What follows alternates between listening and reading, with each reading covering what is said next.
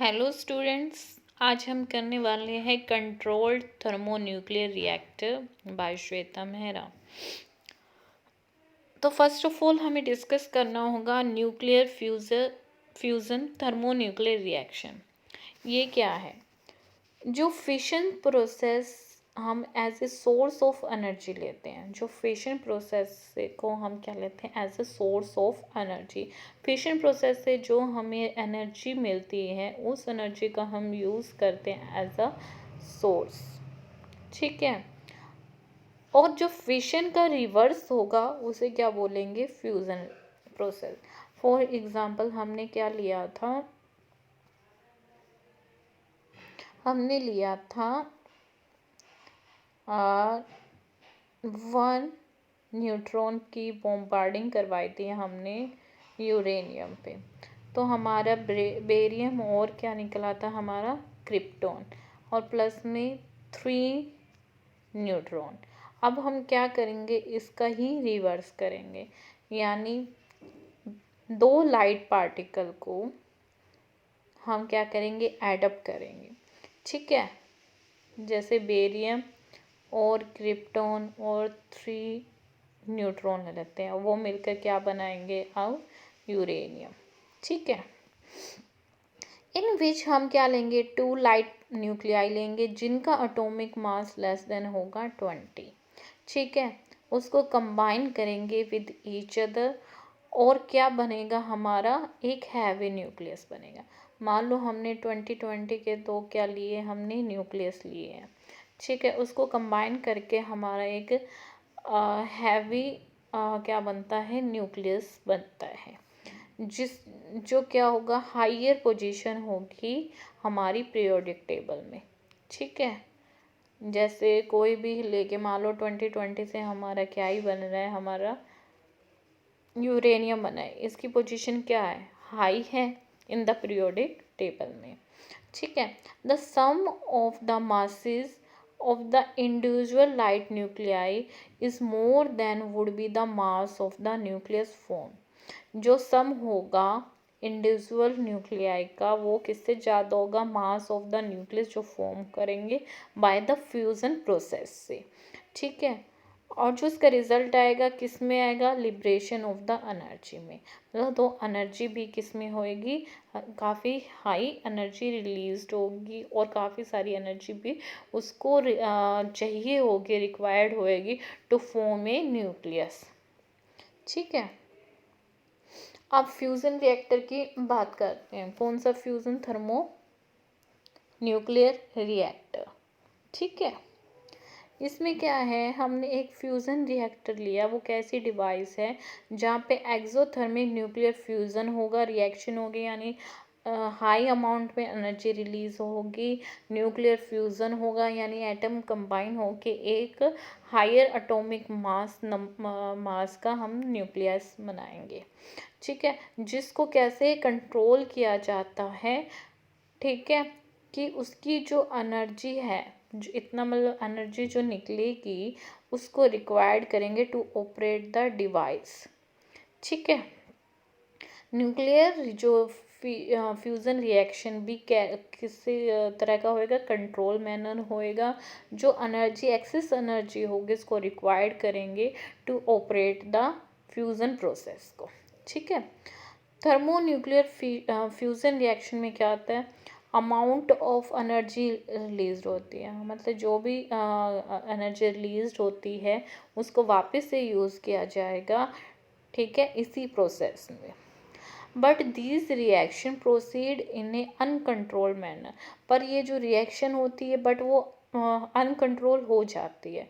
उसको मैनेज करना भी बहुत ही डिफ़िकल्ट होता है बाय द एक्सटर्नल डिवाइसेस से। ठीक है। It is very difficult to impose an external control of this reaction. मतलब बाहर से हम कोई भी डिवाइस लेते हैं उसकी एनर्जी को कंट्रोल करने के लिए, बट वो इतनी कंट्रोल नहीं हो पाती। ठीक है। क्योंकि लार्ज अमाउंट में क्या होती है? एनर्जी रिलीज होती है। It is a matter of fact कि जो हमारा 4A fusion reaction to take a collide particle must possessive energy sufficiently. जब हम एक फ्यूज़न रिएक्शन करवाते हैं तो हम पार्टिकल का क्या करवाते, कोलाइड करवा देते हैं।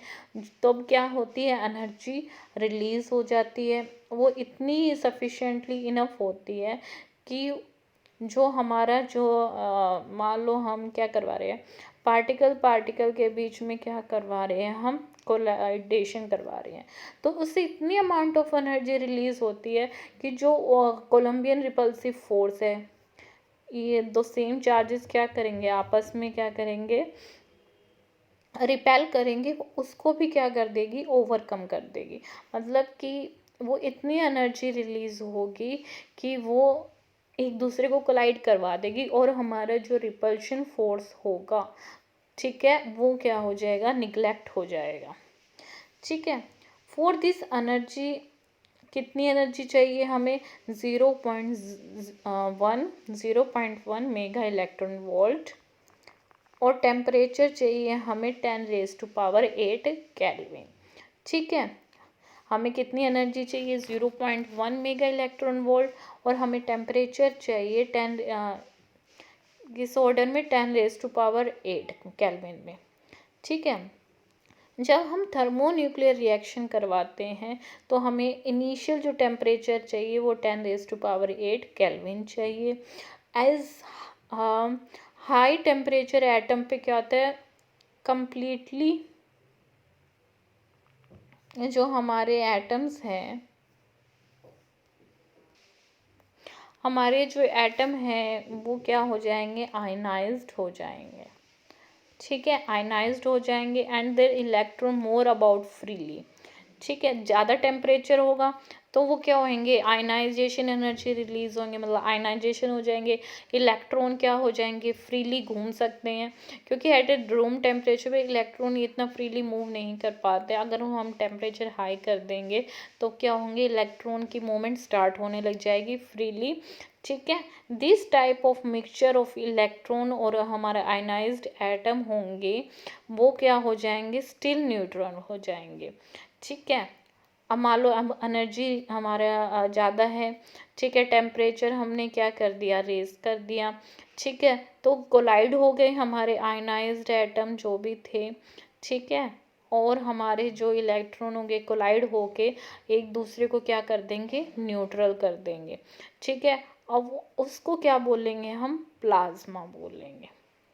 ठीक है, जो कोलाइड होके क्या बनेगा, प्लाज्मा बनेगा। ओके, अब आती है प्लाज्मा स्टेट। अब प्लाज्मा स्टेट क्या होती है, प्लाज्मा स्टेट होती है of matter that is contained in a sun and the other star and is held there an account of gravitational force. ठीक है, प्लाज्मा एक ऐसी स्टेट है ऑफ मैटर है जो कंटेन कर सकते हैं सन में भी या अदर स्टार में भी, अगर क्या हो वहाँ पे ग्रेविटेशनल फोर्स हो, ये वहाँ पे भी क्या कर लेंगे, मैनेज कर सकते हैं, कंटेन करके रख सकते हैं। To have control the thermonuclear reaction. अब थर्मोन्यूक्लियर रिएक्शन को कंट्रोल करने के लिए हम क्या लेते हैं, control over plasma is required. तो जो फॉर्मेशन हो रहा है हमारे इलेक्ट्रॉन का और आयनाइज्ड का, ठीक है, जो क्या बना रहे हैं, हमारे प्लाज्मा बना रहे हैं। ठीक है, तो हमें इस के फॉर्मेशन को क्या करना होगा, कंट्रोल करना होगा, तभी हम क्या करेंगे, कंट्रोल कर पाएंगे थर्मोन्यूक्लियर रिएक्शन को। The material of the container also change into plasma. जिसके अंदर मटेरियल रखा है वो भी किस में चेंज हो जाएगा, प्लाज्मा में। ठीक है, तो ये था हमारा nuclear fusion thermonuclear reactions and the reactor. So आज के लिए इतना ही, थैंक यू सो मच।